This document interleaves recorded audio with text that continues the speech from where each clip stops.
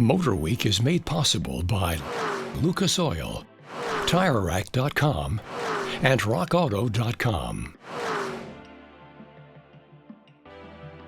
Whether you're a hardcore enthusiast or have even just seen a car, chances are you can recognize a Porsche 911. That's partly because it kept the same body style for more than 2 decades after its introduction, but also because each successive generation has maintained a strong link to that original design. And while every 911 comes with a piece of that heritage, Porsche is always happy to offer more.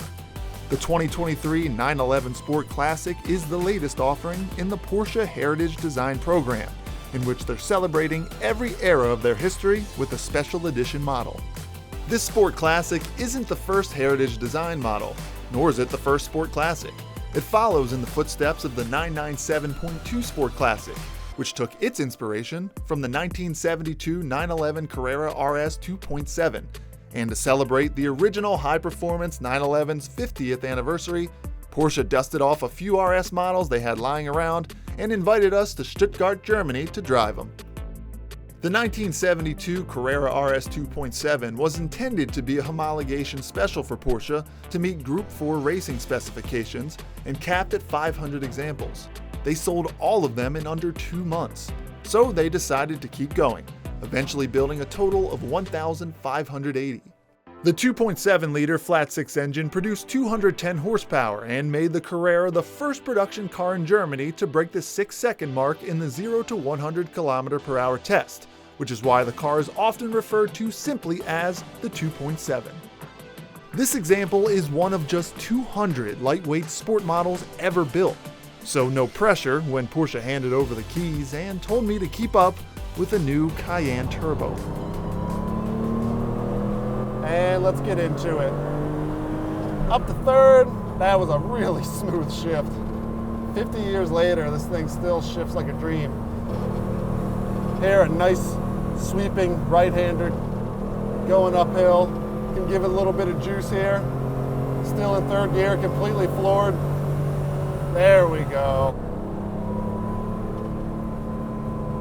There were a lot of firsts with this Carrera RS from Porsche.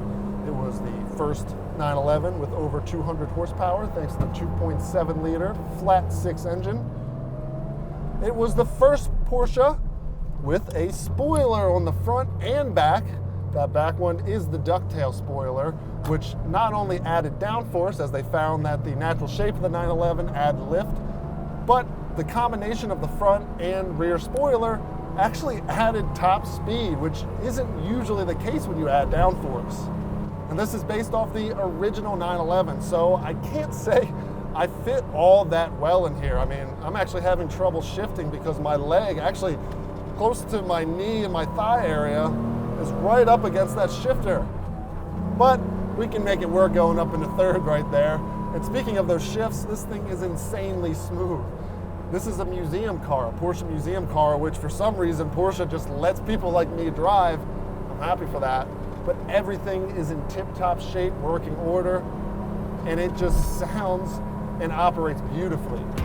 As magnificent as it is to drive a 2.7, especially one so beautifully sorted, sports car capabilities have grown quite a bit in 50 years. Enter the 2023 Sport Classic. And as you notice, this special edition 911 uses a 7-speed manual transmission only. This is actually based off the 911 Turbo S. Uses the same engine, same body style with some differences. So while the engine's the same, it's actually detuned.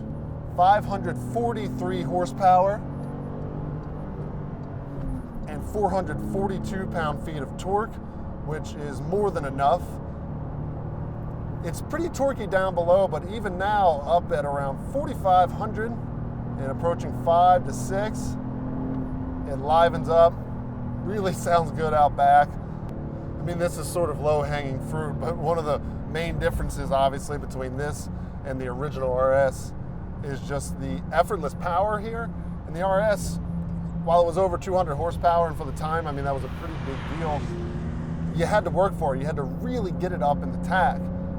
Here, I mean, I'm just over 3,000 RPM, and it's more than I need in this situation. Of course, if you're working harder, you'll get even more power, but it's just always on tap, and that's just something that comes with 50 years of technology development. This car, while plenty capable, isn't a GT car. It's not a GT RS. It's not meant for, all-day track work. Sure, it could hold its own on the racetrack.